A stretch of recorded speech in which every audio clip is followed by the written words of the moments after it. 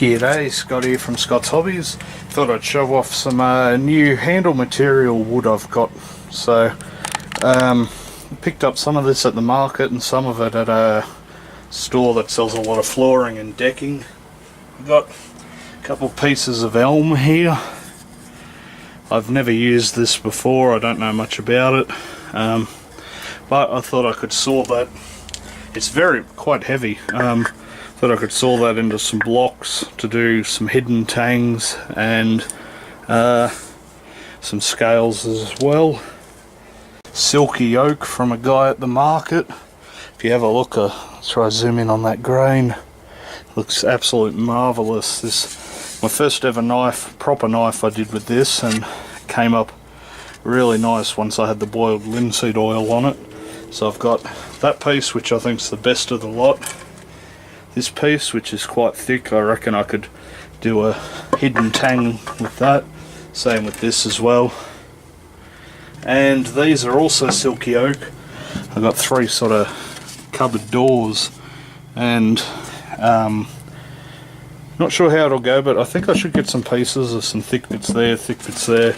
It's not laminated, it's the whole wood the whole way through, so hopefully that'll come up good and I'll get a bunch of scales from that. And I also picked up some more Jarrah. I quite like this. It's a really hard, sturdy wood. This is just some flooring. Really hard, sturdy wood. It's a little plain looking once you sort of sanded it and you've only got a knife sized piece. It's not very exciting, but it does a really good job. It stands when you contrast it with brass pins, I think it comes out quite nice and great to practice on, nice and cheap.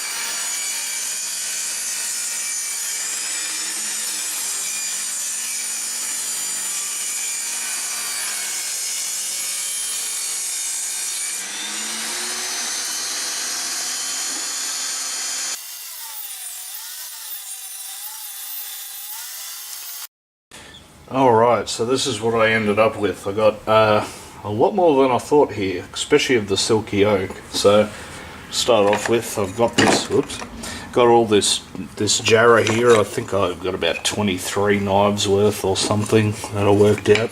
And this other one that I didn't mention at the start because the lighting was really bad is just cypress pine, and it has a really pretty grain on it, and it also smells really good. So you smell that. It's good, isn't it? And yeah, it's not really, probably not the toughest wood or anything, not as good as the Jarrah for knife handles, but I'll just be using it to practice on. Same with the Jarrah. It doesn't look overly pretty either, but it's just for practice, and you know, it works out just over $1 for a set of scales, so it's pretty cheap. Now the silky oak and the elm, they came up absolutely marvellous. I'm really happy with the elm. So this is quite a heavy wood, and I think these will make some, I can do scales as well if I cut it down the middle like that, but I'm gonna do some hidden tangs soon. So, and say if I do like a Mora sized knife, like I can also cut it that way, so I'll get enough for 2 out of 1. So I think I ended up with what was it here, yeah, 12 of these blocks of elm. So you know, a lot of them I could get 2 out of, or if I could do a bigger knife. So plenty there to play with. And the silky oak I ended up with lots of as well. So you see how marvellous that looks, that grain. That's the unfinished one. And here's a part off that door, off the cupboard doors. You can see it looks absolutely marvellous. You can see the... So yeah, I'm really pleased to have found that. I got quite lucky getting that at the market. I ended up with a lot of it. This is full of just those bits of the door. 2/3 of this one is the Silky oak chunks as well, which same thing, I can, you know, get 2 knives out of that or 1 big knife. So all sort of depends on what project I choose to do. And this one also has Silky oak, so it's got a mix of some of the raw wood as well as the doors as well. So yeah, very, very happy with that. I almost don't want to use it because they look so good, but then, you know, what's the point of having it? Yeah, so this is what I ended up with. I ended up with probably a good 110 to 120 knives worth when I counted it out. Can't quite remember exactly what, but compared to... I just got sick of making them one at a time, you know, so I thought I'd get them all done. These have been planed down to about 13 mil thick, same with the cypress. I left some quite big like this, so I could do, say, a machete handle or something if I wanted, or a bushcraft knife with lots of contouring in it, which I'll probably do.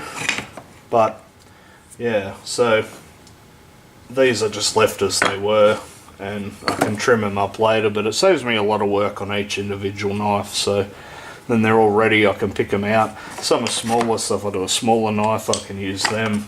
Some are bigger, if I want to do a, like say, a big Bowie or something one day, I can use a block, do a hidden tang one. And yeah, so I've got a variety of sizes and it should be good. So thanks for watching.